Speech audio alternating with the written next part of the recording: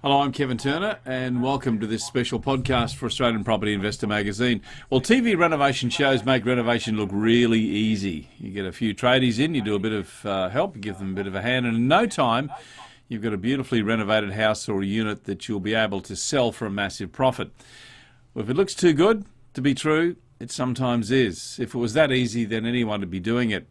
The how to renovate property is something you can learn, but when it comes to renovating a unit, there are a few lessons that you don't want to learn the hard way, let me tell you. And these are legal lessons, particularly when it comes to renovating a unit.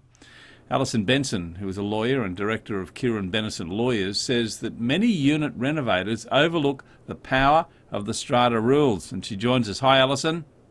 Hi, Kevin. Alison, thank you for your time. What do renovators need to legally understand before they pick up a hammer? Well, two things, both equally important. One of the common mistakes that I find is that some people don't obtain the appropriate planning. And there's two levels of planning that they need to consider. The first is the council planning, and the second is the approvals of their owners corporation, or in some states or territories they're also called owners corporations. Now, if you don't get those approvals, it can completely kibosh your plans and lead to all sorts of unnecessary stress. So, like most investments, do your research first before you pick up the hammer would be my advice. Yeah, very good advice too. What are some of the common mistakes that you've seen renovators make in this area? One of the most common mistakes that I see is people fail to understand what is their property and what is the property of the owners corporation. In general terms, most owners own literally the airspace of their lot. There are some exceptions, but if we take that as a general proposition, if you do anything that to a wall, an external wall, drill a hole, move a wall, change any of the structures within the lot, then quite often you'll actually be affecting the common property and you'll be in breach of your owners corporation's bylaws or rules in some states, but also the various acts. And that's a terribly common mistake. I have had one client take the advice of a builder to say, no, this wall isn't structural, you can remove it, which has caused them a heck of a lot of problems. Yeah, I've seen that too, structural walls, because I think a lot of people believe that if it's inside my unit, I can do whatever I like with it, but then if it's going to affect the integrity of the whole building, then you've really got to get it checked. Exactly. And don't just take the builder's advice. Have a look at the plan, ask your strata manager, ask your executive committee. Now, I know, lots of people don't necessarily know who their EC members or their executive committee members are. The fact is, you're living in a virtual or a vertical community, sometimes a horizontal community. So it's always a good advice to go and actually speak to your executive committee members. They can help you with their process. They're not necessarily out there to stop you from doing anything. As long as you get them on side and talk to them through your plans, quite often you'll find that they're very, very helpful. Alison, do the strata rules vary much around Australia? Unfortunately, they do.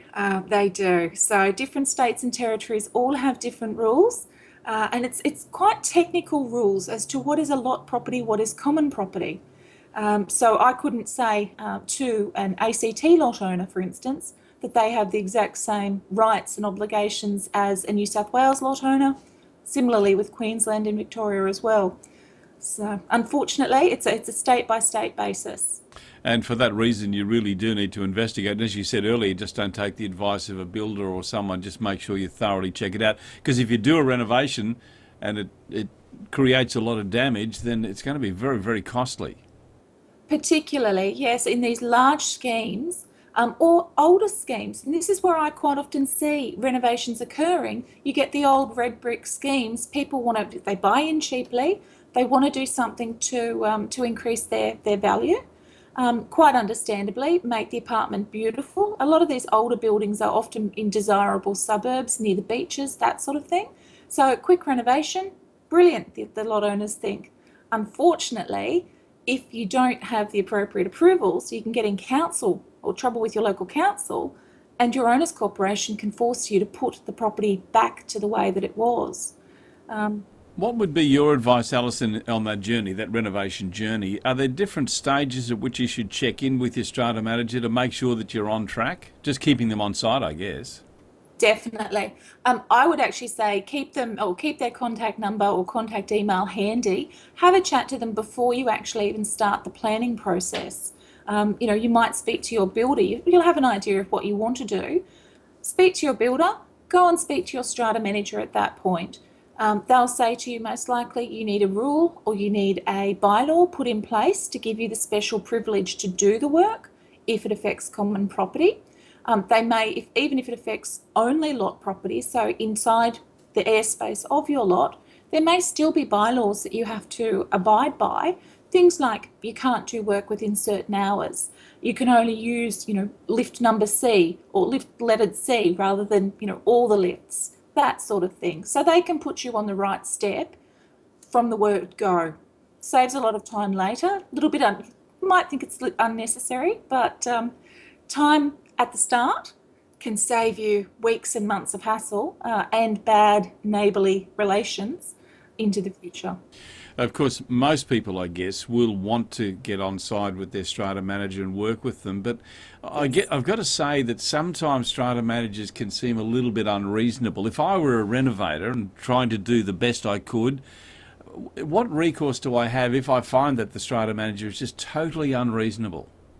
Yeah, and this is why I always advise going to the executive committees as well. Know your neighbours. Now, in some schemes, neighbours don't always get along. It's a fact of life.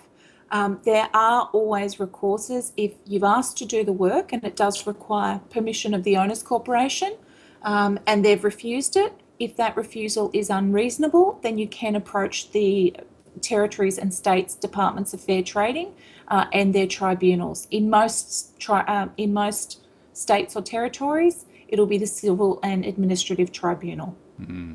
Gee, that's really good advice, Alison. We're out of time, but I want to thank you so much for spending some time with us today and helping us demystify a bit of this. Thank you so much. Thank you for your time. Good luck renovating.